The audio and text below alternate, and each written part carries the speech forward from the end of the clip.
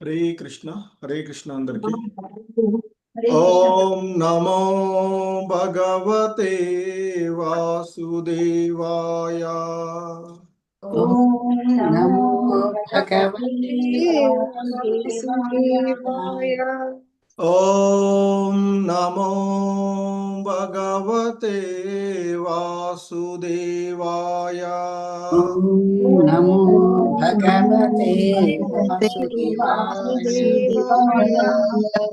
ओम नमो भगवते वासुदेवाय। ओम ओम नमो भगवते वासुदेवाय।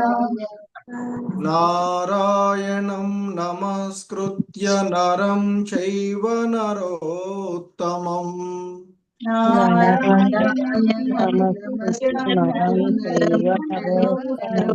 नरोत्तमम् देवीं सरस्वतीं व्यासं ततो जयमुदीरयेत्।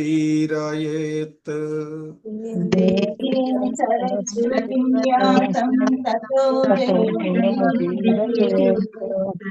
नष्टप्रायेष्वभद्रेषु नित्यं भागवत सेवया।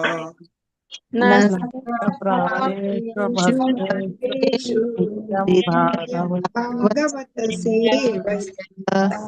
भगवती उत्तमश्लोके भक्तिर्भवति नैष्टिकी।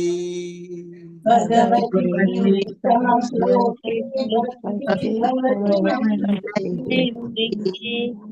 హరే కృష్ణ అందరికి ఈరోజు శ్రీమద్ భాగవతం క్లాస్ కి ఇస్కాన్ శ్రీ శ్రీ రాధా గోవింద ఆలయం తరపున అందరికి స్వాగతం సుస్వాగతం. సో ఈ శ్రీమద్ భాగవతం క్లాసులో మనము 4వ స్కందము 13వ అధ్యాయము అయినటువంటి ధ్రువ వంశజుల చరిత్ర చూస్తూ ఉన్నటువంటిది. సో ఈ క్రమంలో ఈరోజు 4వ శ్లోకాన్ని ఇస్కాన్ సంస్థాపక ఆచార్యులైనటువంటి శ్రీల ప్రభుపాదుల వారి యొక్క వివరణం ద్వారా ఈ శ్లోకాన్ని మనము అవగాహనం చేసుకోవడానికి ప్రయత్నం చేద్దాము. హరే కృష్ణ. సో శ్రీమద్ భాగవతము 4వ స్కందము 13వ అధ్యాయము 4వ శ్లోకము. హరే కృష్ణ. Please repeat. స్వధర్మశీలై పురుషైః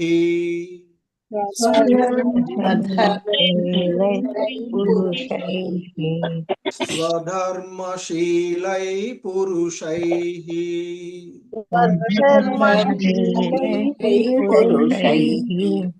స్వధర్మశీలై పురుషైః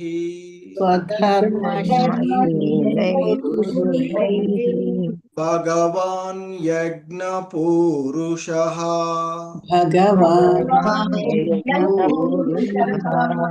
భగవాన్ యజ్ఞపూరుషః భగవాన్ యజ్ఞపూరుషః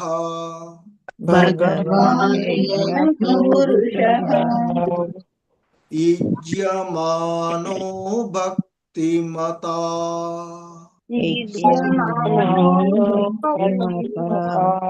యుజ్యమానో భక్తిమతా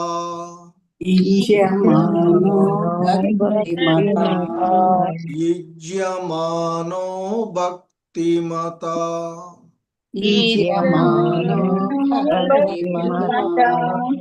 నారదేనేరిత కిల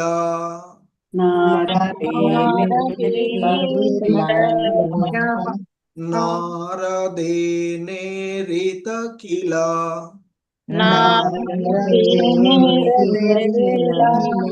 నారదేనేరిత కిల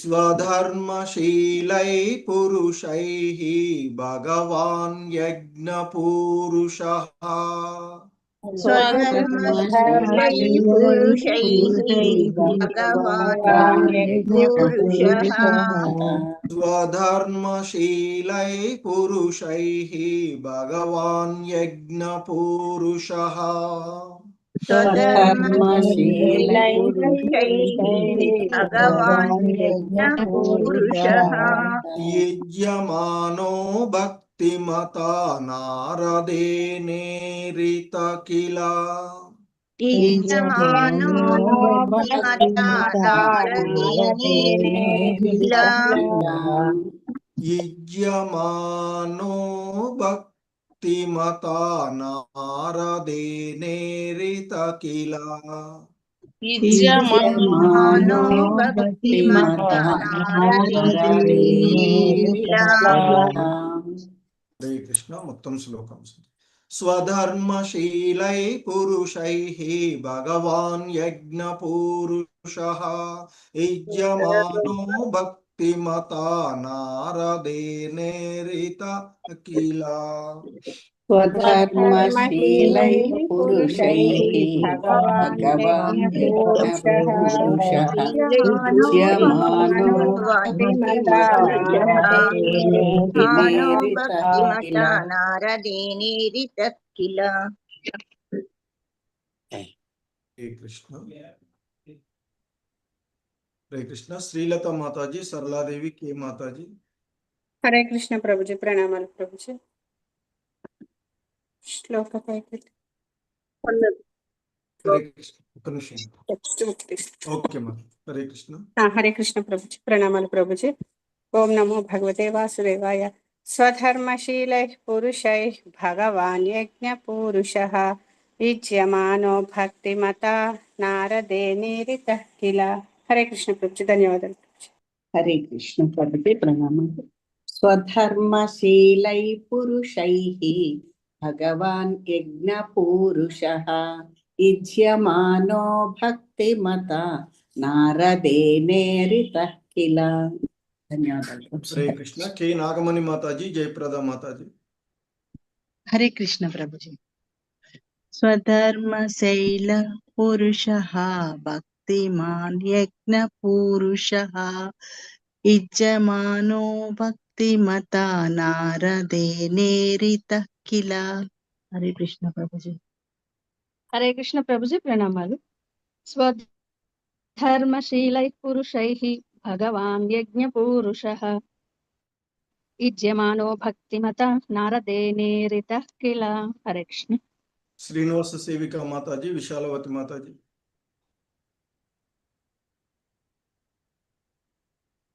हरे कृष्ण श्रीनिवास सेविका माताजी विशालवती माताजी धर्मशीलैः पुरुषैर्भगवान् यज्ञपुरुषः युज्यमानो भक्तिमता हरे कृष्ण प्रभुजी स्वधर्मशीलै पुरुषैः भगवान् यज्ञपुरुषः युज्यमानो भक्तिमता नारदेनेरितः किल हरे कृष्ण प्रभुजी धन्यवाद वसंत हरे भाई कृष्ण माताजी प्रभुजी हरे कृष्ण प्रभुजी अनम्यूट काले प्रभुजी इंदाका चदवंడి माताजी स्वधर्मशीलैः पुरुषैः भगवान् यज्ञपुरुषः युज्यमानो भक्तिमता नारदे प्रभुजी అది దేనా వేనా నారదేనే किल ధన్యవాదాలు ప్రభుజీ హరే కృష్ణ సారీ ప్రభుజీ हरे कृष्ण प्रभुजी प्रणामालु माताजी स्वधर्मशीलै पुरुषैर्भगवान् यज्ञपुरुषः युज्यमानो भक्तिमता नारदेनेरितः किल किल हरे कृष्ण हरे कृष्ण कोटेश्वरी माताजी बाल सरस्वती माताजी हरे कृष्ण प्रभुजी स्वधर्मशीले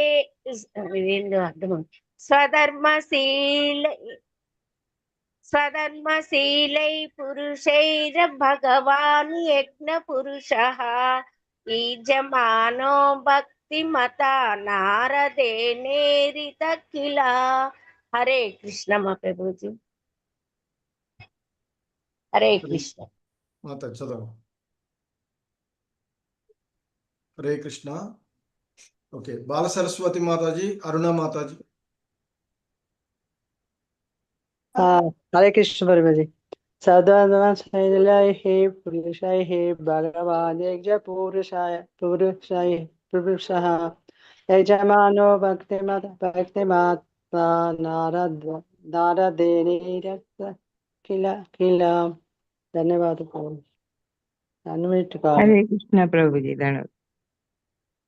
స్వధర్మశీలై పురుషైర్ భగవాన్ యజ్ఞ పురుషః యుజ్యమానో భక్తిమతా నారదేనేరిత కిల. ధన్యవాదాలు.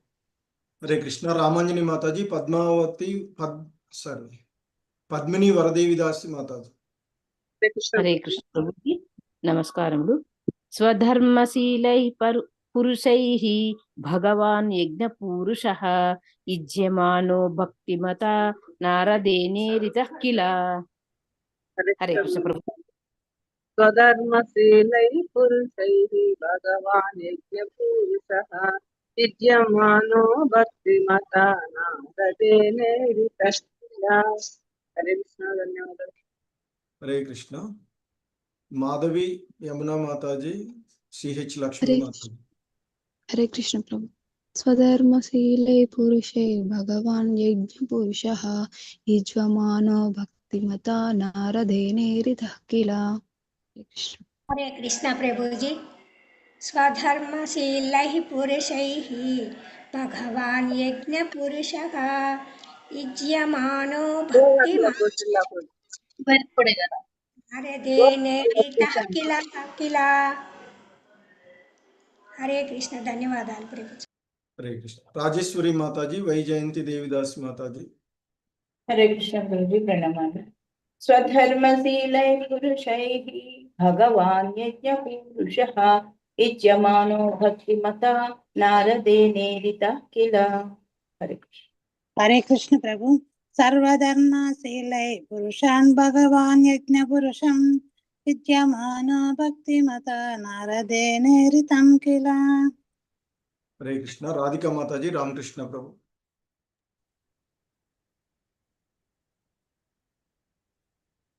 హరే కృష్ణ. రాధికా మాతాజీ, బి రాధికా మాతాజీ చదవండి, అన్మ్యూట్ చేసుకున్నారు.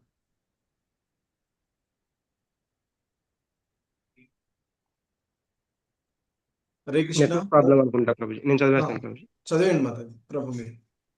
స్వధర్మశీలై పురుషైః భగవాన్ యజ్ఞ పురుషః యుజ్యమానో భక్తిమతా నారదేనేరితః కిల. హరే కృష్ణ. హరే కృష్ణ. చంద్రావతి మాతాజీ. హరే కృష్ణ ప్రభుజీ.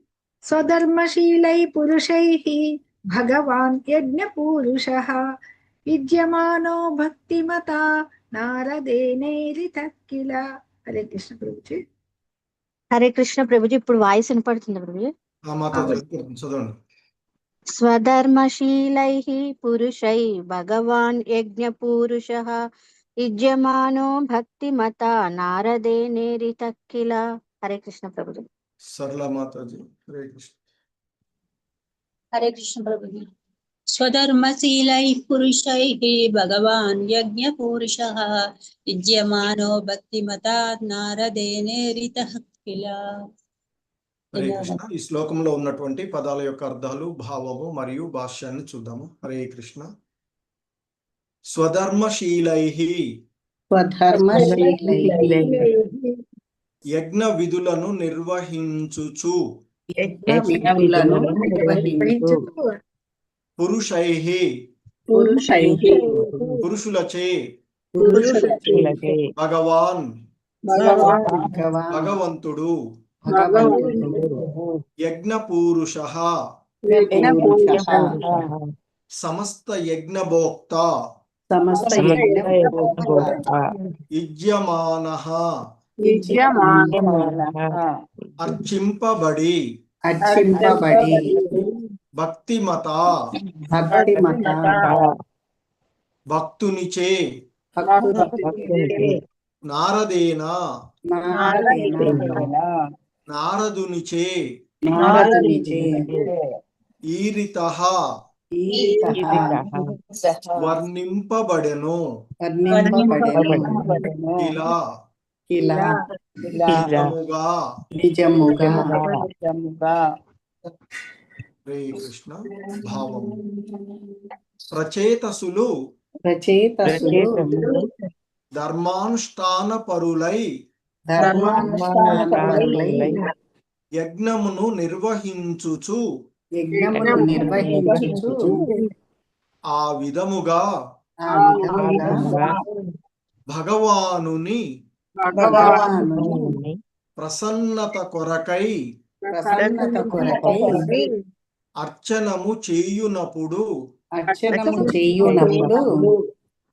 ధ్రువుని దివ్య గుణములను నారదముని వర్ణించెను.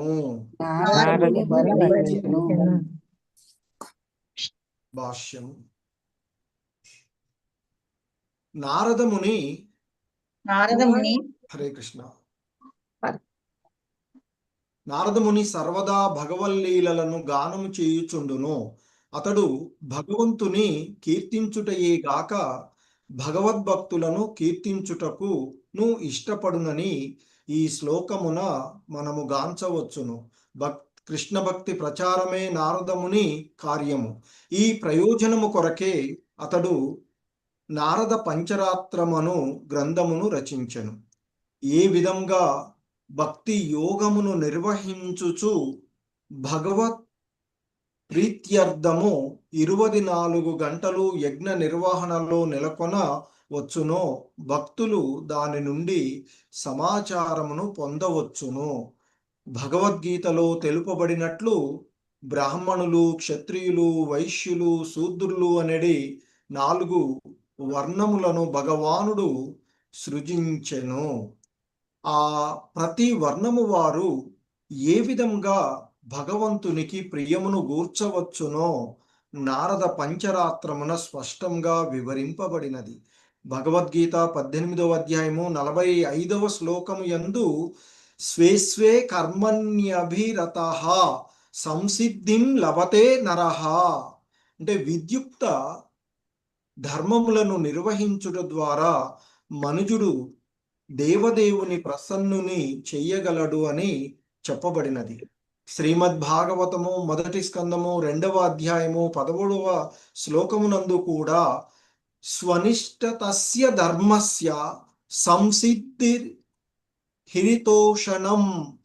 హరితోషణం మనుజుడు తన కార్యముల ద్వారా దేవదేవుడగు శ్రీహరిని సంతుష్టుడగునట్లు చూడవలెను. అదే విద్యుక్త ధర్మం యొక్క పూర్ణత్వము. ప్రచేతసులు ఈ నిర్దేశమును అనుసరించియే యజ్ఞమును నిర్వహించునప్పుడు వారి కర్మలను గాంచి నారదముని సంతుష్టుడయ్యను. ఆ యజ్ఞస్థలిలో అతడు ధ్రువుని కూడా కీర్తింపగోరెను. హరే కృష్ణ. సో ఇది ఈరోజు ఈ శ్లోకమునకు ఇస్కాన్ సంస్థాపక ఆచార్యులైనటువంటి శ్రీల ప్రభుపాదుల వారి యొక్క వివరణము. హరే కృష్ణ. జగద్గురు శ్రీల ప్రభుపాద్ కీ జయ. ఓం జ్ఞానతిమిరాంధస్య జ్ఞానాంజనశలాకయా చక్షుర్మిలితం యేన తస్మై శ్రీ గురవే నమః. శ్రీ చైతన్య మనోభీష్టం స్థాపితం యేన భూతలే స్వయం రూపః కదా మహ్యం దదాతి స్వపదాంతికం.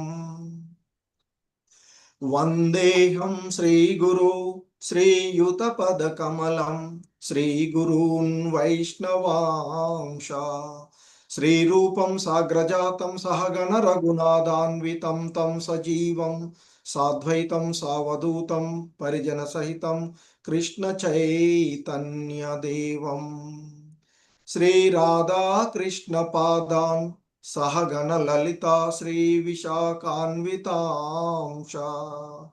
నమో ఓం విష్ణుపాదాయ కృష్ణ ప్రేష్టాయ భూతలే శ్రీమతే భక్తి వేదాంత స్వామినితి నామిని.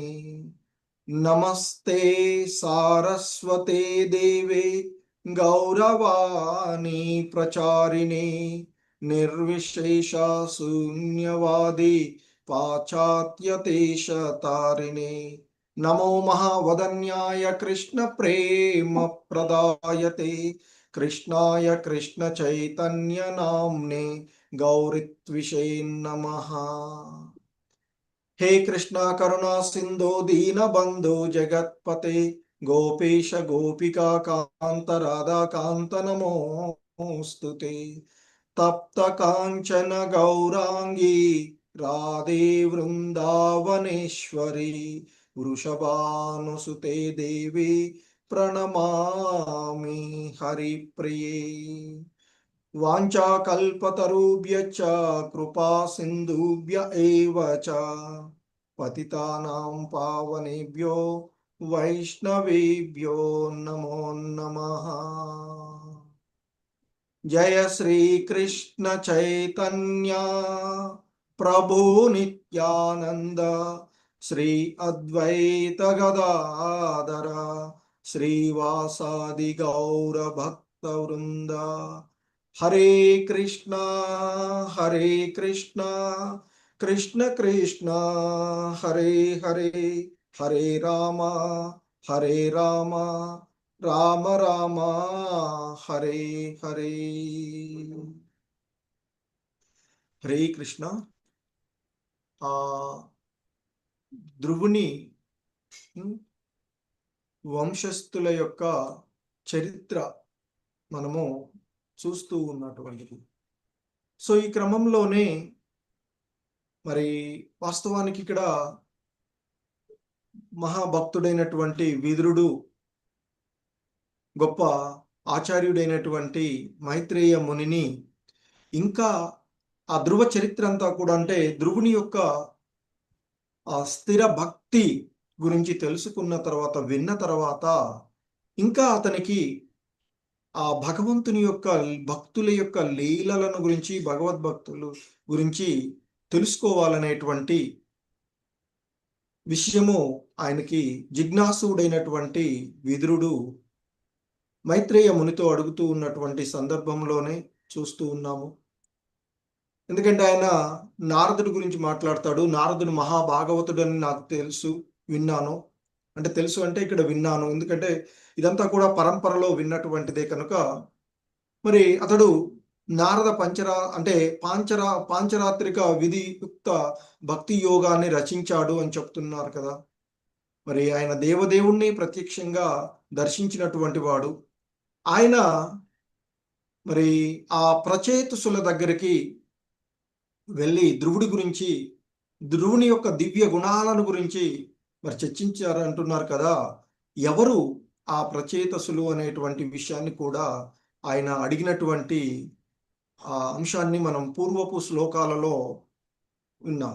ఎందుకంటే విదురుడు అడుగుతాడు మైత్రేయముని, ఓ భక్తాగ్రేస, మరి ప్రచేతసులు ఎవరు, వారు ఏ వంశానికి చెందినవారు అనేటువంటి విషయాన్ని గురించి అడిగి, తదుపరి ఆ నారదుడి యొక్క గొప్పతనాన్ని కూడా కీర్తిస్తూ ఆయన ఇచ్చినటువంటి నారద అంటే పాంచరాత్రిక విధానము గురించి కూడా ఆయన ప్రస్తావిస్తూ ఉన్నటువంటిది. ఈ క్రమంలోనే ఈరోజు ఈ శ్లోకంలో ఆయన అంటూ ఉన్నారు, ప్రచేతసులు ధర్మానుష్ఠ పరులై యజ్ఞంను నిర్వహించుచు ఆ భగవంతుణ్ణి ప్రసన్నుని చేయడానికి వారు ఆ విధంగా అర్చన చేస్తూ ఉన్నప్పుడు మరి ఆ ధ్రువుడి యొక్క దివ్య గుణాలను వర్ణించారు కదా అంటూ ఇక్కడ అడుగుతూ ఉన్నటువంటి అంశం అదే. స్వధర్మశీలై పురుషైర్భగవాన్ యజ్ఞపూరుషః యుజ్యమానో భక్తిమత నారదేనేరిత కీల. సో ఇక్కడ స్వధర్మశీలై అంటే యజ్ఞ విధులను నిర్వహిస్తూ ఉన్నటువంటి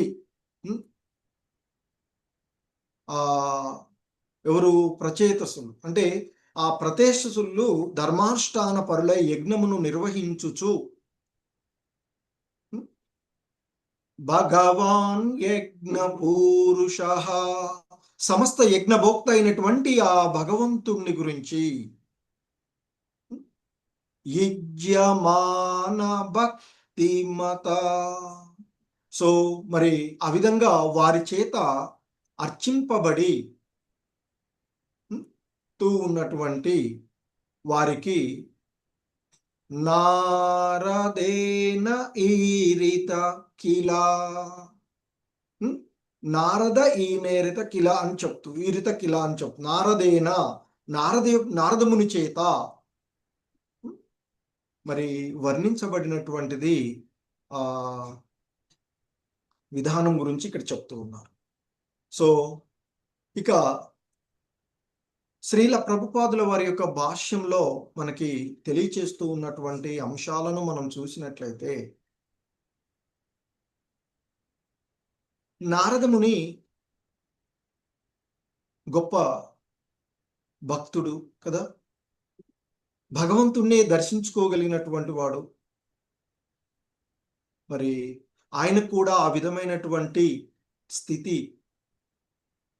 సాధు సాంగత్వంలోనే లభించినటువంటిది. ఆ సాధువుల యొక్క మంత్రదీక్ష ఓం నమో భగవతే వాసుదేవాయ అనేటువంటి ఆ మంత్ర దీక్ష ద్వారా, ఎందుకంటే ఆయన దాసీపుత్రుడుగా ఉన్నటువంటి సందర్భంలో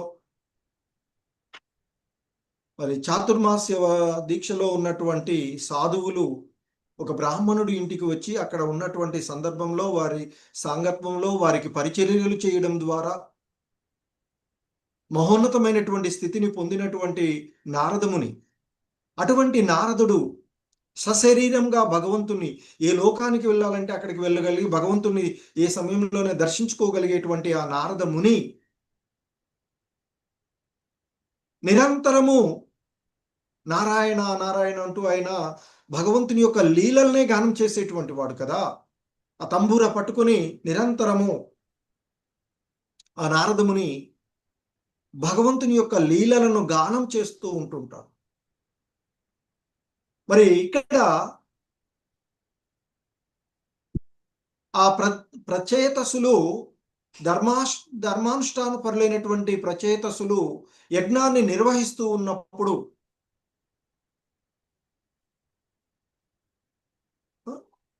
సో వారు మనకి ఇక్కడ చూస్తూ ఉన్నటువంటి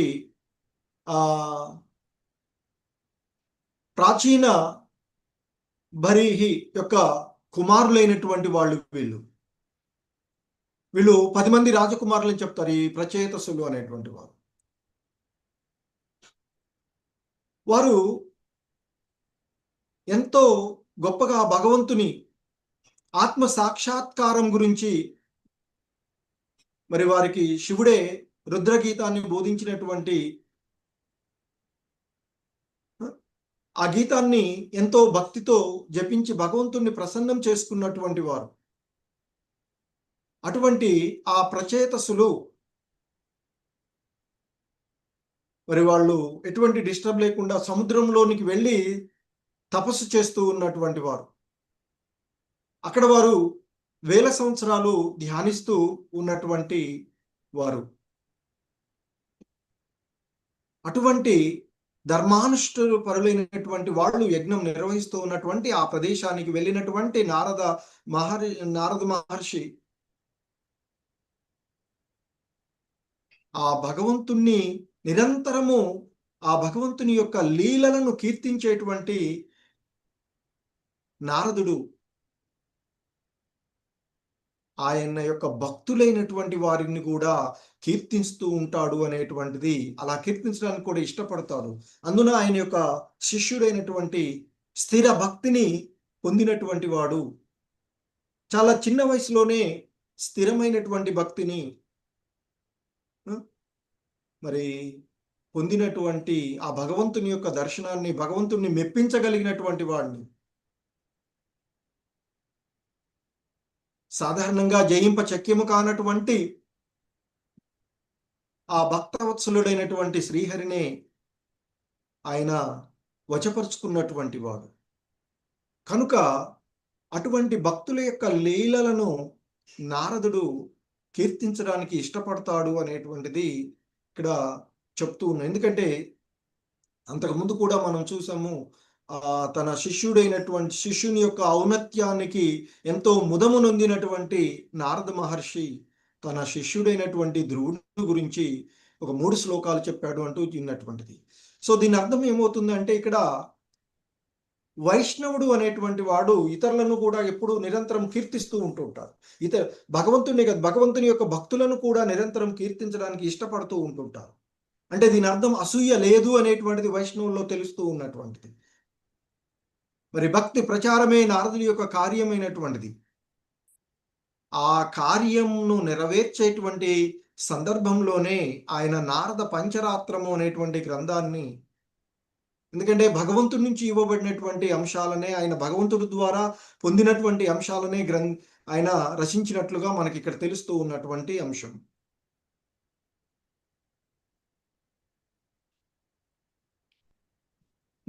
సో నిన్న మాతాజీ కూడా అడిగారు, దాన్ని చెప్తుంది. ఇక్కడ చాలా శ్రీల ప్రభుపాదులు వారు చెప్తున్నటువంటిది ఆయన గ్రంథీకరించారు అనేటువంటిదే మనకి తెలుస్తూ ఉన్నటువంటిది. అలాగే ఇక్కడ శ్లోకంలో కూడా ఆ విధంగా మనకి ఇవ్వబడుతుంది.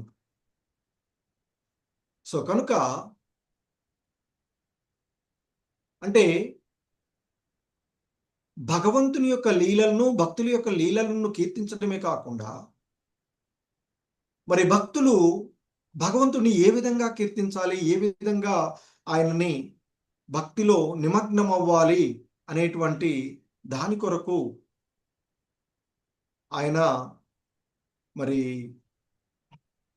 గొప్ప మనకి అంటే ఆ భక్తి విధానాన్ని చేయడానికి ఆ నారద పంచరాత్రము అనేటువంటి ఇందులో అంటే ఇంతకుముందు కూడా చెప్పుకున్నట్లుగా ఆ దేవదేవుని యొక్క ఆరాధన విధానము, అందులో ముఖ్యమైనటువంటి అంశాలు మనకి నారద పంచరాత్రంలో ఉన్నటువంటి, అది ఒక రకంగా చెప్పాలంటే ఆ భగవంతునికి సంబంధించినటువంటి గూఢమైన ఆధ్యాత్మిక జ్ఞానంగా చెప్పబడేటువంటి గ్రంథము. అందులో ఆయన ముఖ్యంగా మనం ఇంతకు ముందు కూడా చెప్పుకున్నాము, శ్రీహరి యొక్క ఆరాధనా విధానము, దేవాలయ పూజా క్రమము, మంత్రదీక్ష, విగ్రహ ప్రతిష్టలు చేసేటువంటి విధానము, నిత్య సేవలు, గురు శిష్య పరంపర, భక్తి యోగ సాధన అనేటువంటి అంశాలను ఆయన ముఖ్యంగా అందులో ప్రస్తావించినటువంటిది. అది కూడా భక్తి ఏ విధంగా అనేటువంటిది కూడా ఇచ్చినట్లుగా ఆయన మనకి చెప్పబడుతుంది. నేను చెప్తున్నాం, అన్ని ఉపాధులను నుండి ముక్తి పొంది నిర్మలమైనటువంటి మనసుతో ఇంద్రియ ఆధీశుడైనటువంటి ఆ శ్రీహరి యొక్క సేవలో దేవదేవుడైనటువంటి ఆ ఋషికేశుడైనటువంటి శ్రీహరి సేవలో వినియోగించుకోవడమే భక్తి అని ఆయన దానిలో ఇచ్చినటువంటి నిర్వచనంగా మనం చూస్తాం. సో కనుకనే ఆయన మరి భక్తి యోగాన్ని ఏ విధంగా నిర్వహించాలి, మరి ఆ భక్తి యోగాన్ని నిర్వహిస్తూ భగవంతుని ప్రీత్యర్థము ఎలా నిరంతరము యజ్ఞ నిర్వహణలో నెలకొనవచ్చునో అనేటువంటి అంశాలను కూడా ఆ నారద పంచరాత్రము నుండి నేర్చుకోవచ్చు అని చెప్తూ ఉన్నారు. ఎందుకంటే భగవద్గీతలో చెప్పినట్లుగా మనకి వర్ణ ఆశ్రమ విధానాలు ఉన్నట్లు మనకి 4 వర్ణాలు, బ్రాహ్మణులు, క్షత్రియులు, వైశ్యులు, శూద్రులు అనేటువంటి వర్ణాలు. అవి అంటే వాటి వర్గీకరణకు కారకుడు భగవంతుడే అయినప్పటికీ కూడా అది వారి వారి గుణాలను బట్టి మళ్ళీ ఆయన అకారకుడే. ఎందుకంటే ఇవి లక్షణాలు అని చెప్తున్నారు, ఆ లక్షణాలు ఉన్నోడు అందులోకి వస్తున్నాడు. అంతేకాని భగవంతుడు నువ్వు బ్రాహ్మణుడివి, నువ్వు క్షత్రియుడివి అని చేయట్లేదు. సో ఈ లక్షణాలు ఉంటే, ఈ గుణాలను కలిగి ఉండి, ఈ ధర్మాన్ని ఈ విధంగా నువ్వు కర్మలను ఆచరిస్తూ ఉంటే నీవు బ్రాహ్మణుడువు.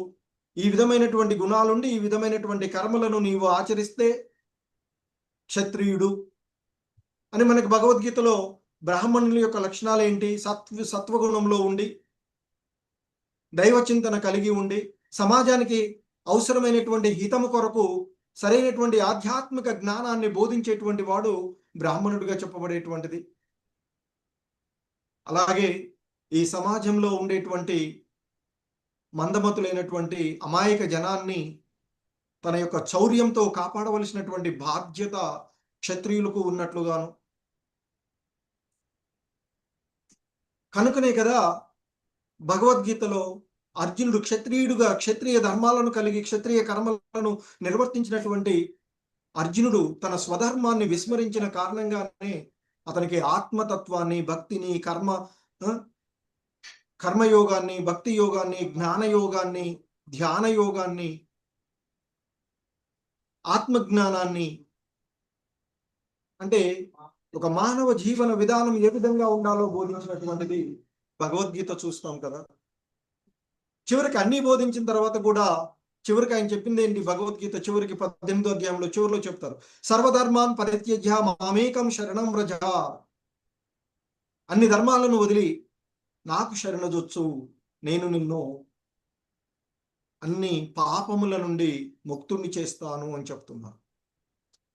సో కాబట్టి ఒక భక్తుడుగా ఒక మానవుడు మన యొక్క స్వధర్మం ఆ భగవంతుణ్ణి ఆశ్రయించి ఆయనకి పూర్తిగా శరణాగతి నొంది ఉండడమే. అంటే ఆయనకు ఇంతకుముందు నారద పంచరాత్రంలో చెప్పినట్లుగా మనకున్నటువంటి అన్ని విషయాలను వదిలివేసి, సర్వ ఉపాధులను వదిలివేసి కదా, అందుకే కదా సర్వధర్మాన్ పరిత్యజ్య మామేకం శరణం వ్రజ. మనకుండేటువంటి వివిధ రకాలైనటువంటి వ్యాపకాలన్నిటినీ వాటన్నిటి నుండి ముక్తి పొంది స్థిరమైనటువంటి మనసుతో, నిర్మలమైనటువంటి మనసుతో, పవిత్రమైనటువంటి మనసుతో, అది ఎలా వస్తుంది? భగవన్నామ స్మరణ చేయడం వల్ల. నిరంతరము హరే కృష్ణ కృష్ణ కృష్ణ హరే హరే, హరే రామ రామ రామ హరే హరే అంటూ నామస్మరణ చేస్తూ ఉన్నట్లయితే ఆ హృదయంలో ఎన్నెన్నో జన్మల్లో మనం ఏర్పరచుకున్నటువంటి, పోగు చేసుకున్నటువంటి ఆ పాపపు కొండలన్నీ కూడా మంచు కొండల్లాగా కరిగిపోయేటువంటి ఆ స్థితిలో మన యొక్క ఇంద్రియాలన్నింటినీ కూడా ఆ ఇంద్రియాధీశుడైనటువంటి ఋషికేశుడైనటువంటి శ్రీకృష్ణ భగవానుని యొక్క సేవలో వినియోగించుకోవాలి. అదే కదా భక్తి యోగము.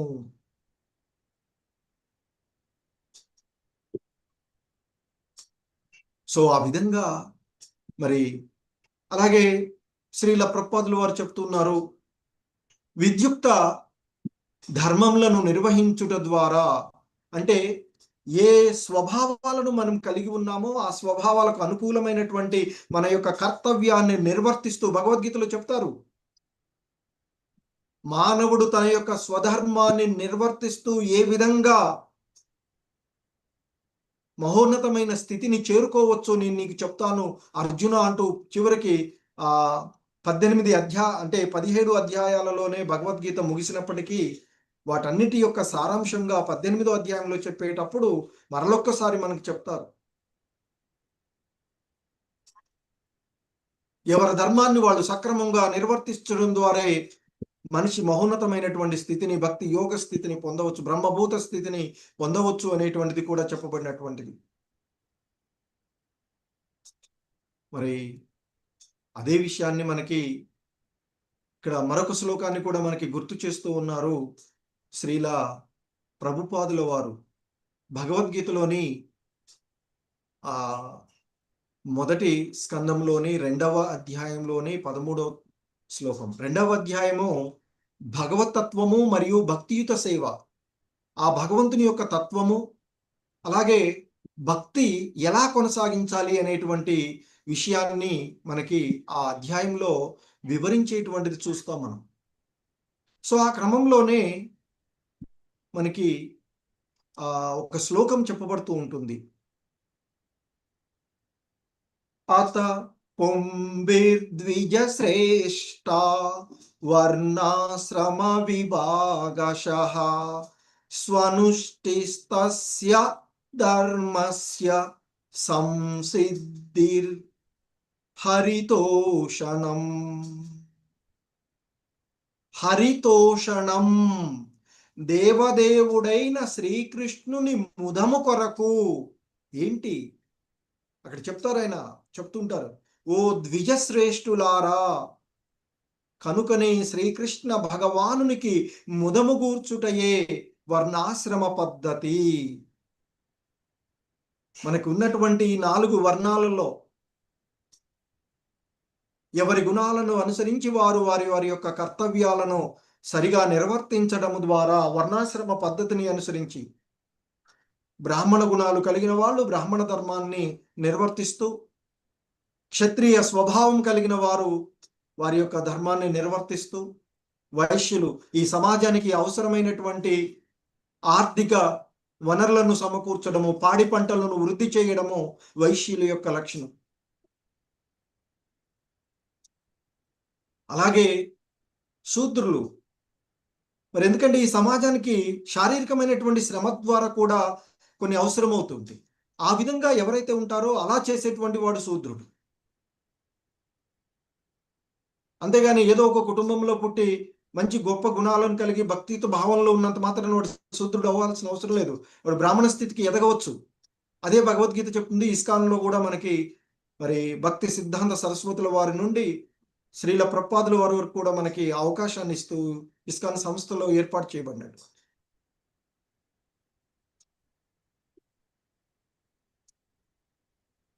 సో కనుకనే ఇక్కడ శ్రీల ప్రభుపాదులు వారు గుర్తు చేస్తూ ఉన్నారు,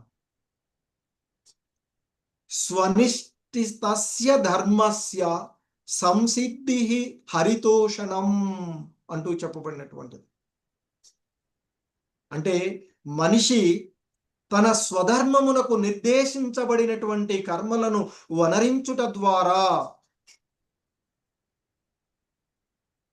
సాధించబడేటువంటి అత్యున్నత పూర్ణత్వమని నిర్ణయించబడినది అంటూ చెప్పబడినటువంటిది. సో అంటే ఆ భగవంతుని, ఎందుకంటే ఒక సేవకుడు తన యజమాని సంతృప్తి కొరకే కదా. ఒక వ్యక్తి దగ్గర ఒక మన సేవకుడు ఉన్నాడు అనుకోండి, ఒక రాజు దగ్గర ఒక భటుడు ఉన్నాడు అనుకోండి, ఏం చేయాలి? ఆ రాజుకి ఆనందాన్ని కలిగించే విధంగా తన చర్యలు ఉండాలి. అంతేగాని ఒక యజమాని దగ్గర ఉండేటువంటి ఒక వ్యక్తి తన ఇష్టానుసారంగా విజయానికి భిన్నంగా చేశాడు అనుకోండి, అక్కడి నుంచి తొలగించబడతాడు కదా. సో కనుక మరి ఈ సమస్తానికి అధిపతి అయినటువంటి పూర్ణ పురుషోత్తముడు అయినటువంటి శ్రీకృష్ణ భగవానునికి ముదము గూర్చుటయే వర్ణాశ్రమ పద్ధతిని అనుసరించి మనిషి తన యొక్క స్వధర్మమును నిర్దేశించబడినటువంటి ఆ స్వధర్మానికి, అంటే తన యొక్క గుణాలకు అనుకూలంగా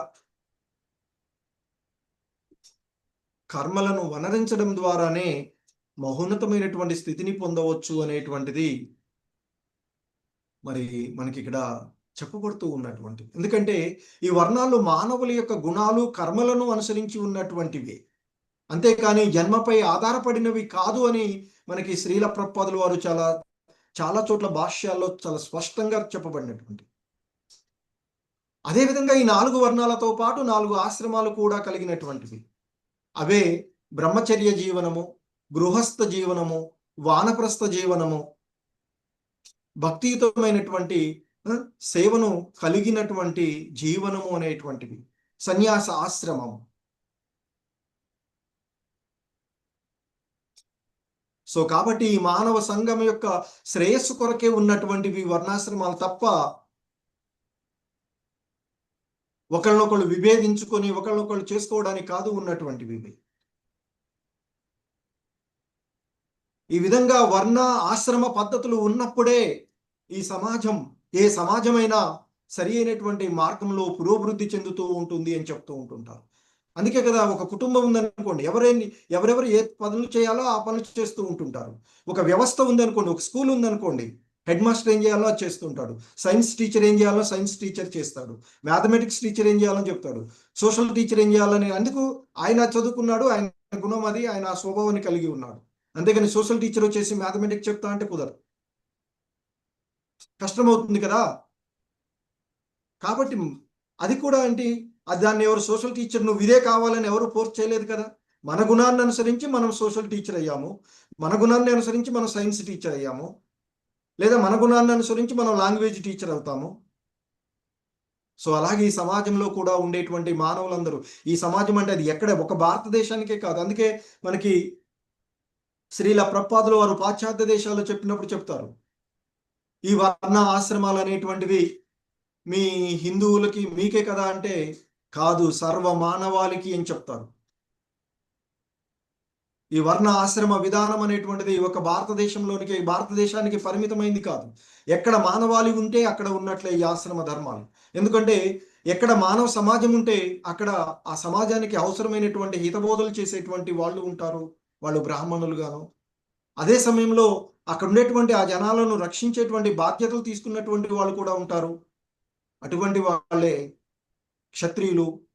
అలాగే అక్కడ ఆ సమాజానికి, అక్కడ ఉండేటువంటి ఆ ప్రజానీకానికి అవసరమైనటువంటి పాడి పంటలు కానీ ఆర్థిక లావాదేవీలకు సంబంధించిన విషయాలు చూసే వాళ్ళు కూడా ఉంటారు, కనుక్కునే వాళ్ళు వైశ్యులు. అదే సమాజంలో శారీరకమైనటువంటి శ్రమ ద్వారా మరి వనరులను సద్వినియోగపరిచే వాళ్ళు కూడా ఉంటారు, వాళ్ళు శూద్రులు అవుతారు. కాబట్టి మానవ సమాజం ఉంటే అక్కడ వర్ణ ఆశ్రమ ధర్మం ఉన్నట్లే, అంతేకాని ఒక భారతదేశానికి ఒక హిందూ మతానికి సంబంధించినది కాదు ఇది. అందుకే ఇది సర్వ మానవాళికి సంబంధించిన దివ్య జ్ఞానము, ఆ భగవద్ విజ్ఞానము అని చెప్తారు శ్రీల ప్రభుపాదులు. సో కాబట్టి ఏ వర్ణంలో ఉన్నా, ఏ ఆశ్రమంలో ఉన్నా, ప్రతి మానవుడి యొక్క బ్రహ్మచారి అయినా, గృహస్థైనా, వానప్రస్థ, నేను గృహస్థగా ఉన్నాను కదా, అన్నీ అయిపోయిన తర్వాత ముసలోడిని అయిన తర్వాత హరే కృష్ణ హరే రామ అనుకుంటూ కూర్చుంటాను కాదు. ఎక్కడున్నా గృహస్థగా ఉన్నా గృహస్థ ధర్మాన్ని చేయొచ్చు, గృహస్థ ధర్మాన్ని నిర్వర్తిస్తూనే భగవంతుని యొక్క ధ్యాసలో నిమగ్నమై ఉండొచ్చు. అదే నిజమైనటువంటి గృహస్థుడి యొక్క అర్థం. అలా కానప్పుడు అది గృహమేదిగా చెప్పబడుతూ ఉంటుంది. బ్రహ్మచారిగా ఉన్నప్పుడైనా, ఏ ఆశ్రమమైనా, ఏ వర్ణమైనా ముఖ్య ఉద్దేశము ఆ పూర్ణ పురుషోత్తముడైన పరమాధ్యక్షుడైనటువంటి శ్రీకృష్ణ భగవానునికి ప్రియమును గూర్చుటకే ఉండాలి. అలా ఉన్నప్పుడే ఈ సమాజమందలి ఉన్నటువంటి ఏ పద్ధతి అయినా, ఏ వర్ణాశ్రమ ధర్మమైనా మనుగడ, అది నాగరికతకు అత్యంత సహజ సిద్ధమైనటువంటి పురోభివృద్ధికి దోహదపడుతుంది అంటూ చెప్తూ ఉంటారు.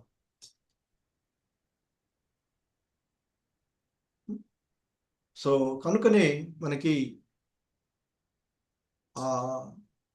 ఈ జీవుడు మానవ సమాజంలో అత్యున్నతమైనటువంటి జీవిత లక్ష్యాన్ని లేదా వర్ణాశ్రమ విధానం యొక్క అత్యున్నతమైనటువంటి పూర్ణత్వాన్ని, అనగా దేవదేవుడైన శ్రీకృష్ణుని ప్రీత్యర్థము సమిష్టిగా ఈ వ్యవస్థలో ఉన్నటువంటి ఎవరైనా ఏ ఆశ్రమంలో ఉన్నా, ఏ వర్ణంలో ఉన్నా సమిష్టిగా సహకరించుకుంటూ ఉండాలి అనేటువంటిదే శ్రీమద్ భాగవతం యొక్క ముఖ్య ఉద్దేశమై ఉన్నది అని చెప్తూ ఉంటారు. అందుకే భగవద్గీతలో 4వ అధ్యాయంలో చాతుర్వర్ణ్యం మయా సృష్టం అంటూ చెప్తారు భగవంతుడు. నా చేతనే ఏర్పరిచేవాడు, సంబంధం లేదు అని చెప్తారు మళ్ళీ. ఎందుకంటే వారి వారి యొక్క గుణాలు, వారి వారి యొక్క ధర్మాలను అనుసరించి ఆ విధంగా ప్రవర్తించేటువంటిది ఉంటుంది కనుక. సో ఈ విధంగా మరి మనకి మనిషి తన కార్యాల ద్వారా ఆ దేవదేవుడైనటువంటి శ్రీకృష్ణుని, శ్రీహరిని సంతుష్టపరచునట్లుగా ఉండడమే. అదే అక్కడ మరి ప్రచేతసులైనటువంటి రాజకుమారులైనటువంటి వాళ్ళు చేస్తూ ఉన్నటువంటి విషయము. అక్కడ మరొక భక్తుని గురించి ప్రస్తావన చేయడం అనేటువంటిది నారదులు వారు చేసినటువంటి అంశం. సో అదే విద్యుక్త ధర్మం యొక్క పూర్ణత్వము అనేటువంటిది ఇక్కడ చెప్పబడినటువంటి అంశం. హరే కృష్ణ. జగద్గురు శ్రీల ప్రభుపాద్ కీ జై. సో ఇది ఈరోజు ఈ శ్లోకం యొక్క భావము భాష్యము శ్రీల ప్రభుపాదుల వారి యొక్క వివరణ. హరే కృష్ణ.